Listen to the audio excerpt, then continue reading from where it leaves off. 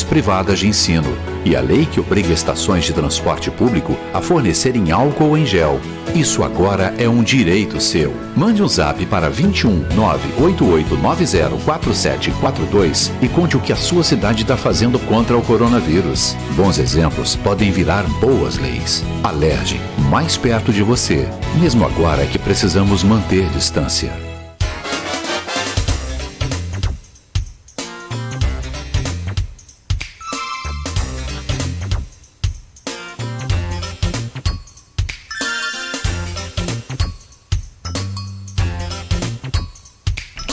Muito bem, agora são 7h30 em Campos, de volta com Folha no Ar, primeira edição, aqui pela Folha FM 98,3.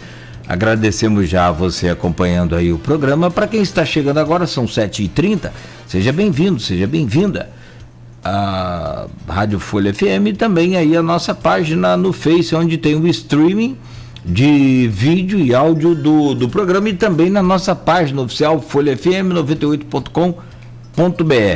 Eu trago o bom dia do nosso convidado hoje do Folha no Ar, primeira edição, o Cláudio Adão Andrade, né? Ele é coordenador do Plano Municipal de Educação de São João da Barra e vem para falar sobre vários temas e, como o Arnaldo destacou aí na sua pauta, pesquisa sobre a retomada das aulas presenciais gera grande repercussão no município e é o assunto deste bloco agora, mas primeiro eu trago o seu bom dia, Adão, e logo a seguir o Arnaldo starta essa pauta aí com você. Bom dia, amigo, seja bem-vindo, obrigado pela sua presença. Bom dia, Arnaldo, bom dia, Nogueira, bom dia aos espectadores e aos ouvintes. Quero anunciar que hoje eu venho representando a secretária Angélica, que infelizmente não pôde estar conosco, tinha alguns exames marcados e por isso não pôde estar, mas já está nos acompanhando também aí, né, pela rádio. Então, de qualquer forma, isso é importante. Então tá certo. Ontem, quando eu anunciei, Cláudio, que seria você, eu falei que o Cláudio Andrade, e a gente estava falando sobre a CPI do Preve Campos. Eu falei, Cláudio Andrade, mas não é o relator da CPI do Preve Campos, né? É o coordenador do Plano Municipal de Educação. Mas vamos lá, por que a gente pensou na pauta logo assim como factual? Eu até falei com o Nogueira, inverti a pauta, anunciei, depois que a Prefeitura soltou a informação oficial com relação à pesquisa do plano de retomada de aula. Anunciei isso no meu blog e isso deu uma repercussão gigantesca em número de acesso, em comentários em Facebook, e uma dúvida de que a Prefeitura está querendo voltar com as aulas, a Prefeitura não está respeitando que está em pandemia ainda, e criou-se uma atmosfera muito de dúvidas em relação a isso. Então, o que a gente traz você aqui para esclarecer. Essa pesquisa, o que ela é, qual é o objetivo dela, e há possibilidade de se pensar em retomada de aula hoje em São João da Barra? Então, Arnaldo, eu acho que a gente tem que começar só para poder contextualizar. Nos encontramos no momento com 191 países comprometidos com essa pandemia. Desses 191 países, 90% dos estudantes estão fora de sala de aula. Não é? Como vocês já citaram aqui anteriormente, essa temática é a mais discutida, não só no Brasil, mas no mundo. Alguns países estão retomando aí, de forma gradual, as suas atividades econômicas e outras, mas a maioria ainda continua vítima desse impasse. Em São João da Barra, né, como você colocou a respeito dessa pesquisa que estamos fazendo, essa pesquisa ela está justamente convidando toda a comunidade sanjoanense a participar de um processo de construção de um protocolo que não foi definido pela Secretaria Municipal de Educação.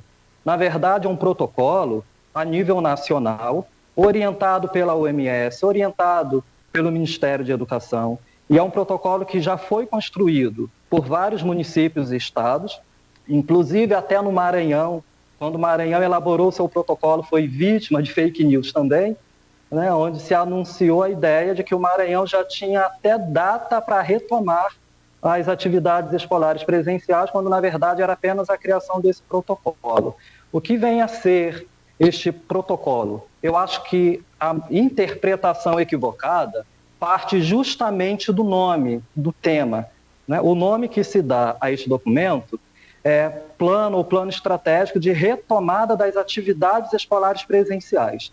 Automaticamente, quem lê ou ouve parte do pressuposto, né, de forma equivocada, às vezes sem ter conhecimento de causa, ou às vezes por interesse, por escolher interpretar de determinada forma, mas a interpretação do nome, do título, acaba ficando ambíguo. Então, as pessoas que não têm o conhecimento técnico pensam que é um documento que está insinuando, né, ou tentando precipitar o retorno das aulas presenciais, quando, na verdade, é justamente o contrário. Não é? Nós fomos acionados por meio do ofício do Ministério Público para a elaboração desse documento. Este plano nasce a partir de um amplo diálogo. Cria-se uma comissão. Essa nossa comissão já existia muito antes da gente ser acionado pelo Ministério Público, ou seja, a Secretaria Municipal de Educação já vinha pensando como lecionar para os alunos hoje de forma virtual, né? Considerando aí o distanciamento, vinha pensando os processos de transição, quando a gente retornar para as aulas, como a gente vai fazer, como prestar o atendimento e o suporte biopsicossocial, porque não é apenas pedagógico, não é? As crianças vêm afetadas, os profissionais vêm com sofrimento emocional, essa sensibilidade se encontra aflorada. Então, uma série de fatores que precisa ser pensado de forma consequente e técnica. Então, essa comissão já existia. Quando o Ministério Público nos aciona por meio desse ofício, e no mesmo ofício acionou Campos dos Goitacazes, São Francisco de Itabapuana, São Fidélis e São João da Barra. Ou seja, no mesmo ofício, todos esses municípios foram convocados a elaborar de forma oficialmente esse documento. Provavelmente eles também já tinham criado essas comissões para poder se pensar, porque a educação sempre age dessa forma, né? Os alunos foram para casa, mas os professores continuam trabalhando, continuam fornecendo material, em contato, né, por redes sociais, WhatsApp, Facebook, cria-se grupos para poder trabalhar. Não é? Em hipótese nenhuma, a gente naturaliza o abandono do aluno, ainda que não seja possível estar dentro de uma sala de aula para poder ter aquela relação tradicional que é presencial. O que aconteceu é que a gente pensou que este protocolo precisaria ser criado da forma mais democrática possível. Então, na criação dessa comissão, em diálogo, a gente entendeu que a comunidade precisaria ser ouvida. Não é? Isso é muito interessante. Essa comissão técnica específica ela é formada de forma intersetorial por representantes da educação, da assistência social, da saúde, da vigilância sanitária, além dos técnicos interdisciplinares da SEMEC, onde tem assistente social, psicólogo, psicopedagogo, professores de várias áreas, pedagogos, técnicos. Então, a gente precisa pensar de forma muito abrangente, porque o cenário é complexo. E entendemos que um documento desse porte, e sobretudo porque se trata da comunidade escolar, ele não pode ser elaborado a despeito da comunidade, de forma exclusivamente técnica, fechado num escritório e depois ser imposto de cima para baixo. Então, por isso que a gente fez a enquete, não é, para poder convocar a comunidade a se posicionar, a falar a respeito, a gente precisa mensurar. Então, usar esse termômetro da voz do povo para poder as comissões trabalharem de forma democrática. Isso aí foi muito importante. Cláudio, o que o Ministério Público provoca diretamente? Qual é a provocação do Ministério Público? Ele cobra uma retomada de aula, ele cobra um planejamento de retomada? Como que funciona? O que veio nesse ofício? Esse ofício, Arnaldo, ele cobra um planejamento, ou seja, ele não fala a respeito de quando as aulas precisam recomeçar daqui a 1, daqui a 2 meses, não.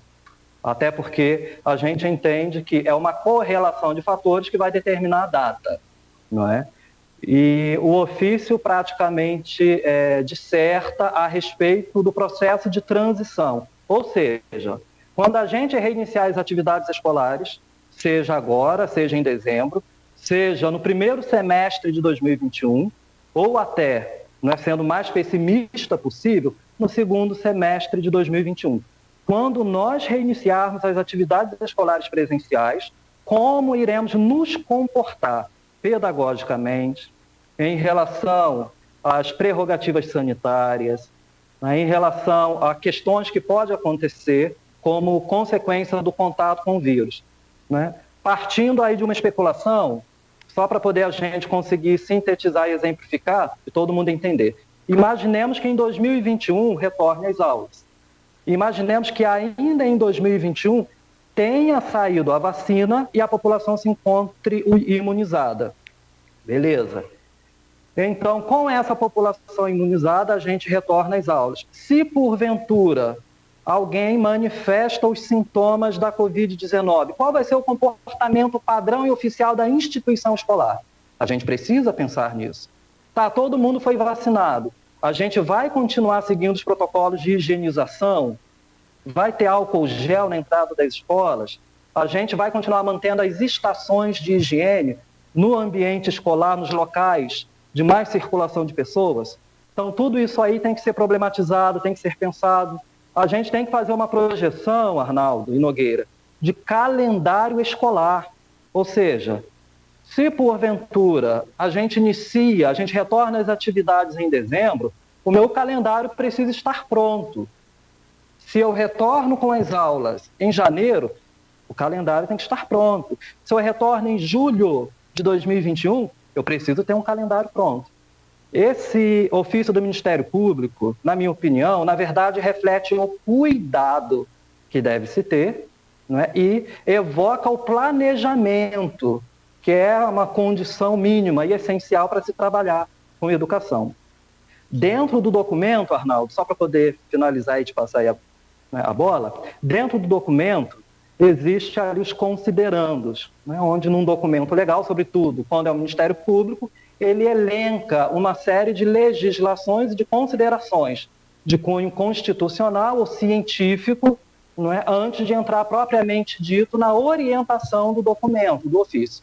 E nesses considerandos, o Ministério Público apresenta os posicionamentos da Organização Mundial de Saúde, apresenta os posicionamentos das pesquisas epidemiológicas, fala a respeito da curvatura da epidemia e do atual quadro em que nós nos encontramos. Ou seja, justamente para poder não provocar nenhum tipo de ambiguidade na leitura do documento e das orientações, o MP deixa claro o que está acontecendo, inclusive informando que é impossível a retomada, a gente retornar às aulas num cenário desfavorável em virtude da pandemia. Então é por isso que a gente tem muita tranquilidade. Há uma ambiguidade na interpretação por causa do tema. Plano estratégico ou plano de retomada às atividades escolares presenciais. A gente lê e pensa, eles vão retornar?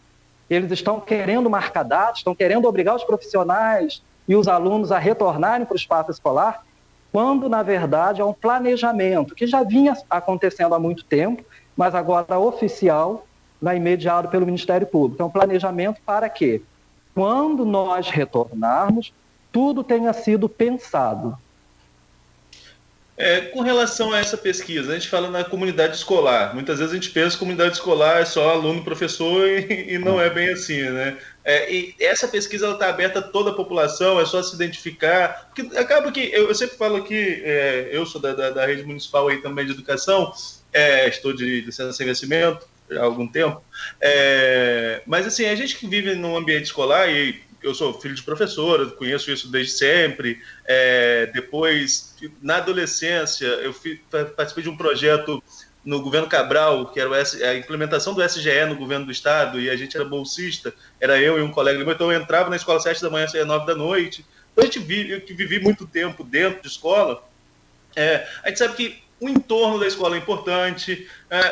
Quando você tem uma comunidade mais complicada, e não quero citar exemplo aqui, mas em Atafona tem uma escola de uma comunidade mais complicada, você sabe bem disso, do que eu estou falando, você tem que ter uma relação com o entorno, porque é um entorno também delicado, que tem problemas sociais, enfim, há uma série de demandas. A escola não é só um prédio em que vai o aluno para aprender. há uma contextualização social ali do entorno também. Então, todo mundo pode participar dessa pesquisa, esse entorno social que eu estou falando, também pode acessar o site e dar sua opinião com relação a essa retomada? Então, a comunidade escolar, ela é constituída oficialmente por profissionais da educação, né? Aí a gente tem desde a SG a professores e gestores, né, passando por alunos e responsáveis por alunos. E isso constitui a comunidade escolar. Hoje a gente tem mais de 8 mil alunos na rede municipal. No entanto, quando a gente pensa em educação, né, a partir de um órgão de suporte, nós não pensamos em educação única e exclusivamente de rede, nós pensamos por meio do território.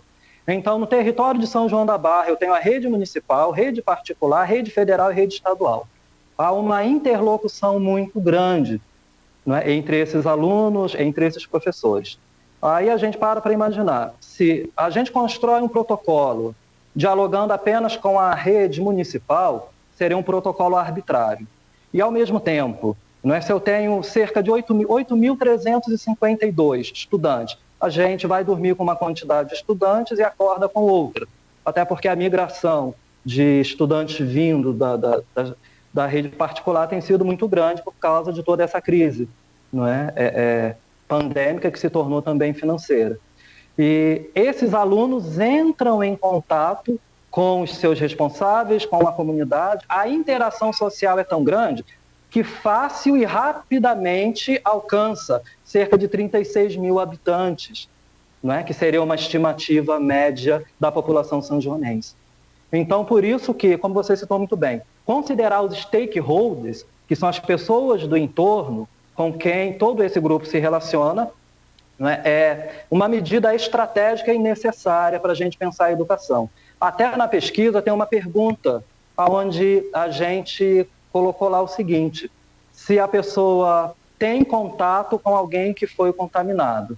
Cerca de 20%, uma prévia da pesquisa, cerca de 20%, né, dos que responderam, mais de 1.000 pessoas já, a pesquisa tem sido um sucesso de participação, cerca de desse percentual afirmou para a gente que tem contato, né, com alguém que está aí com o corona. Então, tudo isso é importante para a gente pensar.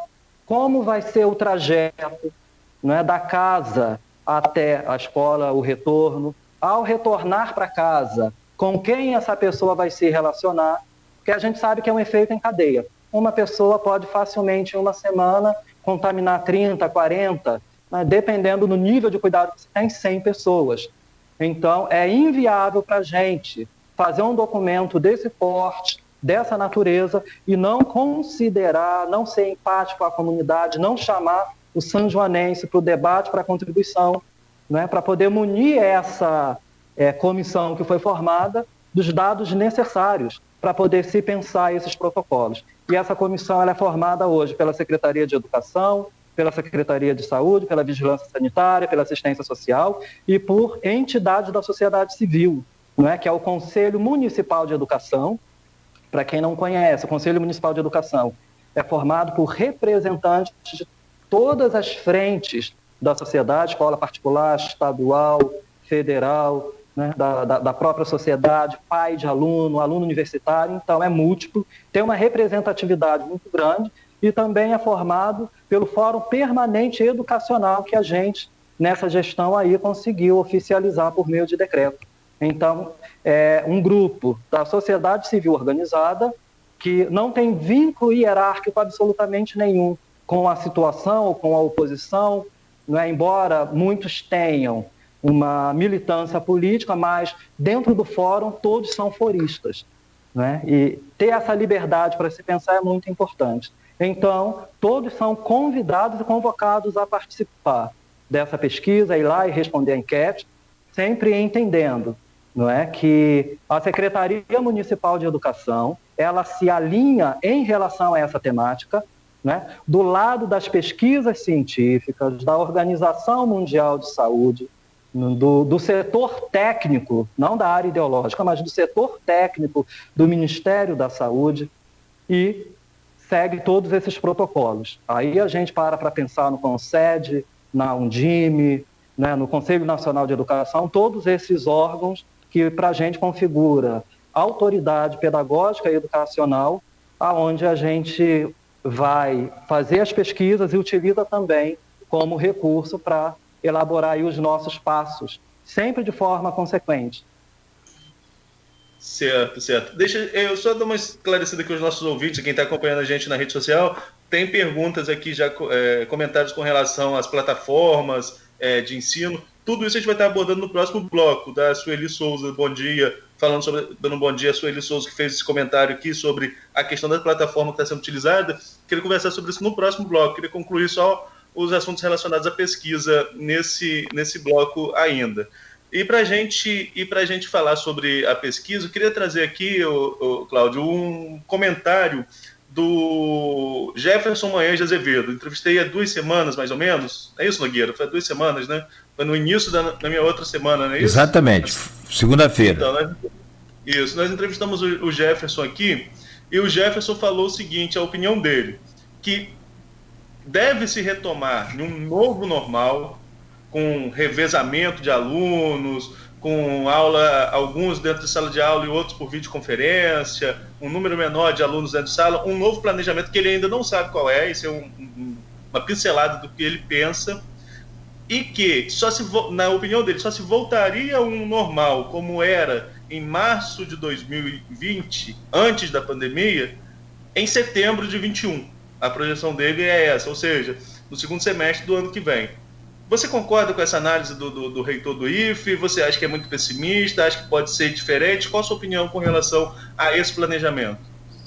Então, Arnaldo, o que acontece é que quando a gente pensa no retorno, e o reitor falou, justamente pautado nas orientações oficiais, você pensa num retorno gradual. Ou seja, se eu reinicio as aulas em janeiro, né, ainda num cenário onde não houve imunização total da população, de repente uma imunização parcial, até porque a quantidade de vacinas também será um problema na distribuição, a questão logística vai afetar muito ainda a escola, porque uma coisa é a gente ter a vacina e uma vacina funcional. Outra coisa é fazer com que essa vacina existente consiga atender a população. Até porque tem uma correlação de poder geopolítico, né, que a gente sabe que está de olho, e se nós não nos posicionarmos, né, abocanha ali toda a parte do bolo, inclusive que deveria pertencer ao país. Então, por isso a gente para pensar justamente num planejamento onde esse retorno é gradual. Então, retorno com uma atividade X de estudantes, né, que nesse debate se define quais os anos de escolaridade vão ser prioritários e as formas, e depois vou de forma exponencial aumentando, sempre usando o termômetro do contágio. Porque se eu reabro, e o próprio planejamento também, ele dialoga e ele pensa essas questões. Eu reabro a escola, se de repente eu tenho uma explosão e um retorno do contágio, o que vai acontecer? A escola fecha, como aconteceu na França, como aconteceu no Chile, não é? E como tem acontecido em outros países que têm ensaiado um retorno. No entanto, diante do aumento do contágio, não é, tem voltado atrás. E tudo isso aí também é pensado. Então, quando a gente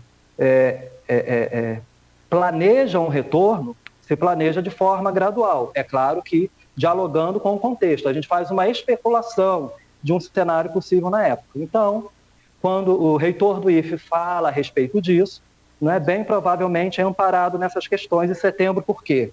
Porque a gente acredita que em setembro existam várias vacinas, não apenas a da China, não apenas a da Rússia, não apenas dos Estados Unidos, e até o valor dessas vacinas e a quantidade seja o valor menor, quantidade maior, de uma forma que uma parte considerável dos 191 países aí grandemente afetados seja imunizado. Então, é considerável pensar setembro, não é, para voltar à normalidade. Uma coisa é o retorno no novo normal, não é, dentro dessa nova característica e obedecendo ali determinadas restrições. E outra coisa é voltar à normalidade. Não, só pedir o Cláudio Adão, Você fala setembro é de 2021, quando você fala em normalidade assim, porque de repente a pessoa pode estar ouvindo agora e... Isso mesmo. Nesse contexto, a gente se refere a setembro de 2021. Sim. Cláudio, tem uma pergunta aqui do Rogério Zorzal Ventura, quando você falava sobre participação dos conselhos, ele coloca o seguinte questionamento: a presidente do Conselho de Educação, no Facebook aí, a presidente do Conselho de Educação é a subsecretária de Educação. Isso é representação popular? Como que funcionam os conselhos aí? Há um revezamento na presidência entre poder público e comunidade geral? Acontece isso aqui em Campos, no Conselho de Cultura. Então, os outros eu não posso falar. Eu posso falar de cultura, que há um ano é um representante da sociedade civil, um ano representante do poder público. Como que funciona no conselho aí? A presidência é obrigatoriamente de alguém vinculado ao poder público ou há um revezamento com a sociedade civil?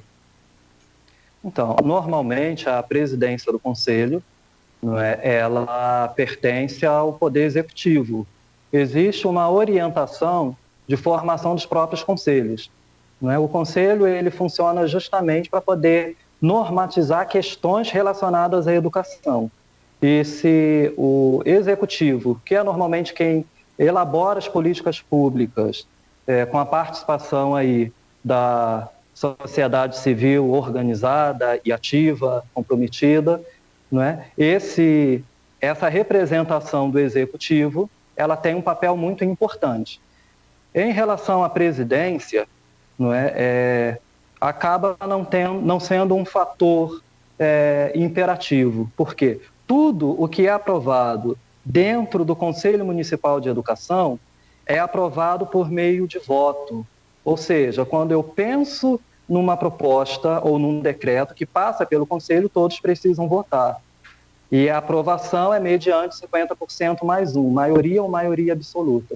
Então, essa questão de ser presidente ou ser secretário ou ser apenas membro, ela para a gente é indiferente. É claro que, em se tratando deste Conselho Municipal de Educação, que se encontra hoje funcionando, hoje não, durante um bom tempo, para não ser injusto com quem passou pelo Conselho e deu a sua importante contribuição para a educação municipal.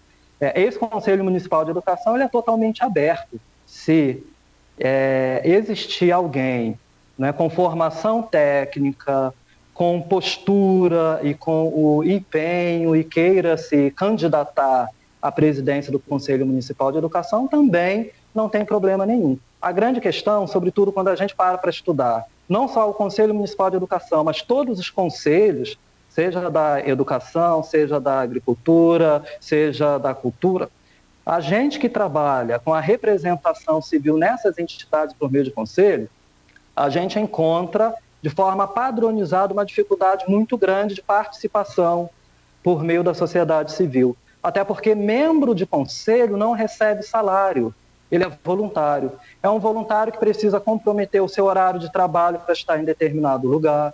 É um voluntário que precisa gastar para poder pagar uma passagem, chegar até determinada reunião, determinado evento promovido pelo conselho. Então acaba sendo muito complicado a gente ter na liderança do Conselho Municipal de Educação uma pessoa que não tenha a liberdade para poder se movimentar, se articular dessa forma. O conselho ele cairia numa falta de efetividade se isso ocorresse. Agora, tendo uma pessoa da comunidade, tendo um representante de uma entidade exclusivamente civil que obedeça a esses critérios e tenha essas possibilidades, também não tem problema nenhum em se candidatar. Certo. Nogueira, são 7h58. Eu tenho mais uma pergunta sobre o tema, mas pode deixar também para o próximo bloco. O que você acha? Não, dá tempo, 7h58. Eu também tenho uma pergunta. Colocar alguma pergunta também? Eu deixo a minha depois da sua, que de repente pode coincidir. Vai lá. Do grupo, na verdade, tem duas perguntas no grupo. Uma é da Silvana Venâncio, que sempre participa com a gente, mas que no bate-papo a gente acabou respondendo, que é falando sobre a possibilidade de retomada de aula ainda esse ano, e como convencer os pais sobre a segurança em meio à pandemia para esse retorno. Mas a gente viu que não tem possibilidade, pela sua opinião, então a gente acabou já respondendo ao questionamento da Silvana, que sempre participa com a gente. E tem uma aqui do Edmundo Siqueira, que é interessante para trazer para o debate, que é sobre o vídeo institucional produzido pelo Sindicato dos Estabelecimentos de Ensino do Rio de Janeiro, que vem causando polêmica, né? O Edmundo lista aqui. Edmundo Siqueira, ele é servidor público federal, blogueiro da Folha. Ele coloca, contendo a frase como estudos só confundi-lo e trancar todos em casa não é ciência, contraria estudos científicos sobre a pandemia e o distanciamento social recomendado pela OMS. Como enfrentar uma crise sanitária com instituições de ensino negando a ciência?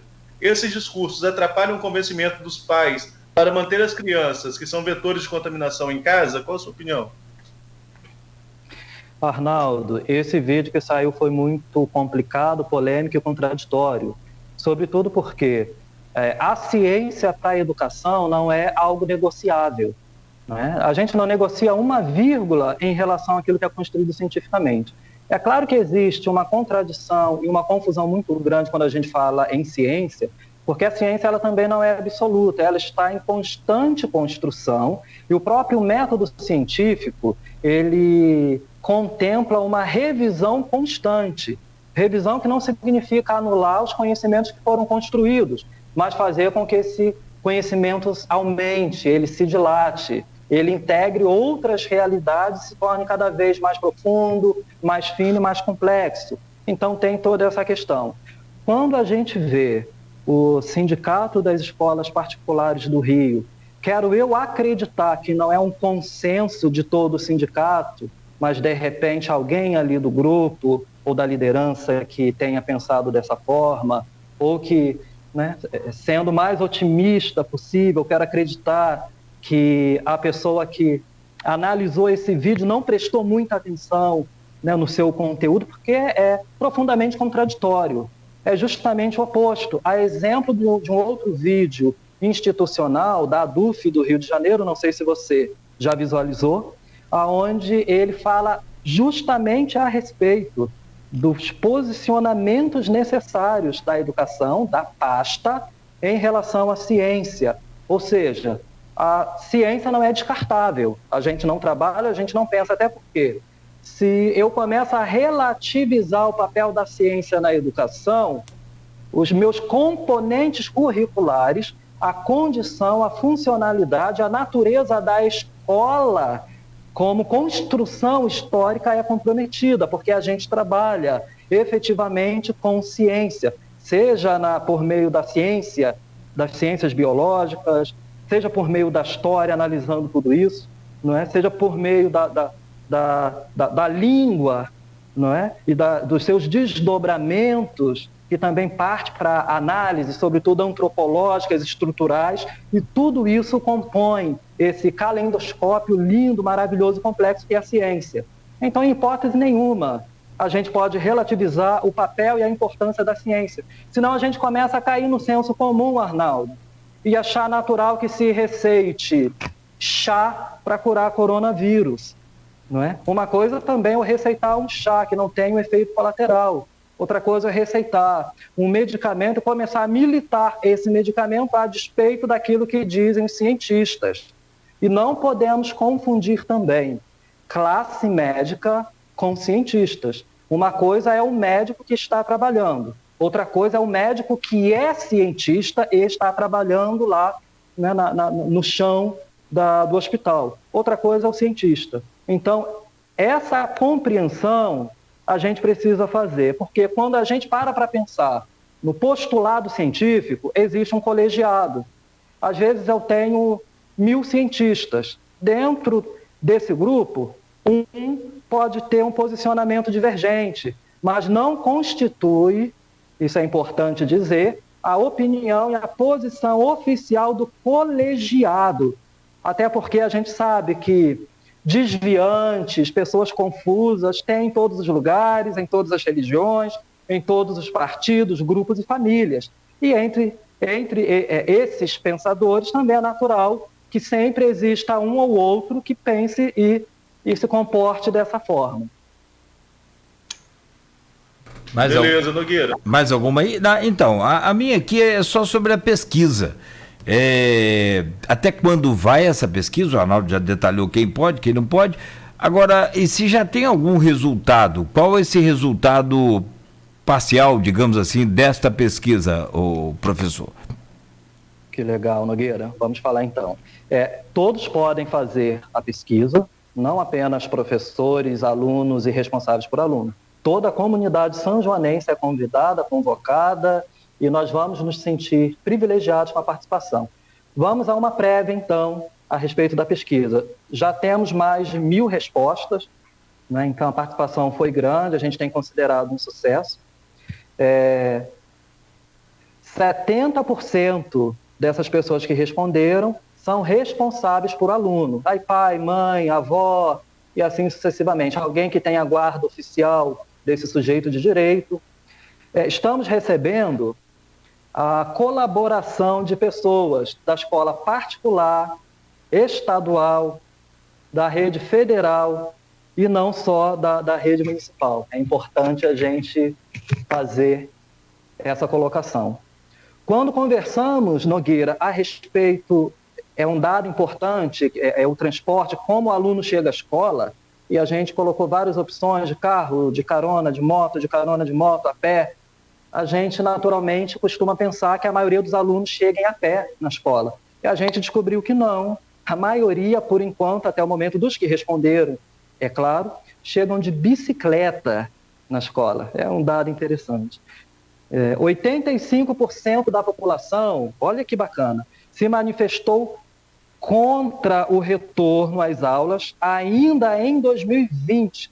Isso para a gente é um fator preponderante, porque nós, enquanto corpo técnico, que nos amparamos na ciência, nos estudos epidemiológicos, na vigilância sanitária, ficamos preocupados em relação à comunidade. Será que a comunidade ela está compreendendo da mesma maneira que nós estamos compreendendo? Ou será que os nossos posicionamentos oficiais, que priorizam a vida e a saúde do aluno, dos profissionais e da comunidade, se está sendo interpretado de forma negativa? E aqui, por meio dessa prévia, a gente descobre que não, para nossa alegria, a esmagadora maioria, 85% dos participantes, são a favor de que realmente as escolas fiquem fechadas até que o cenário fique mais favorável.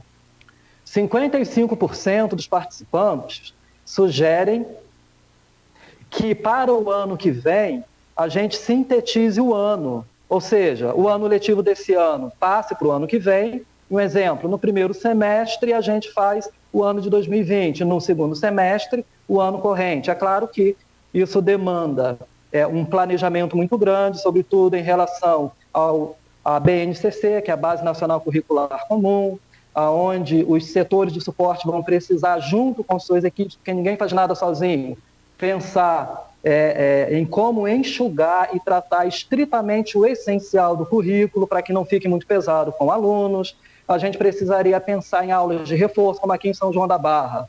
É uma realidade muito feliz, né? A gente vem trabalhando com aula de reforço em língua portuguesa, aula de reforço em matemática, né, em parceria técnica com o Instituto de Matemática Pura e Aplicada do Rio de Janeiro, o INPA, participando aí, inclusive, é uma alegria e um orgulho nosso dessas Olimpíadas Matemáticas, onde São João da Barra, né, foi colocado aí no mapa do Estado. No ano passado a gente teve 18 alunos premiados nessa Olimpíada, em todas as categorias, medalha de bronze, prata, ouro, então é uma alegria geral. Todos os anos a gente tem um reconhecimento muito grande aí na área da matemática, o que prova uma coisa para a gente. É só dar oportunidade para a nossa garotada que ela voa. Ele já tem asas. O que falta para a equipe de suporte, para a gestão, é pensar na criação de oportunidades. E o resto eles fazem. Só para fechar, até quando vai essa pesquisa? Tem data final? Ela vai até dia 8, Nogueira, porque perfeito. A gente precisa... Dia 4 não? Foi adiado, Cláudio? Oi? A primeira informação que chegou para a gente pela comunicação foi até dia 4 de agosto, até 8? Perdão. Ela, a princípio, vai até dia 4 para a gente fechar. Se, porventura, a gente perceber que vai ser necessário fazer uma extensão, a gente vai até dia 8. Por isso que eu falei até dia 8. Perfeito. Bom, e por falar em 8, são 8 horas e 9 minutos, então, com a permissão dos senhores, vamos a um rápido intervalo comercial e retornaremos. Fechou essa questão, o Arnaldo pode deixar alguma outra pergunta se quiser, mas no próximo bloco...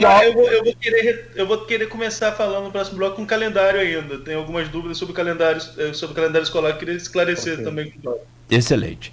Isso, ótimo. E tem ainda aulas online, a possibilidade da conclusão desse ano letivo com aulas online em São João da Barra. 8 e 9, o programa tem o oferecimento do Laboratório Plínio Bacelar. E se você precisar e quiser fazer o seu exame de PCR ou sorologia, basta procurar o seu médico e para mais informações ligue 27266000 e fale com toda a equipe dos Laboratórios Plínio Bacelar.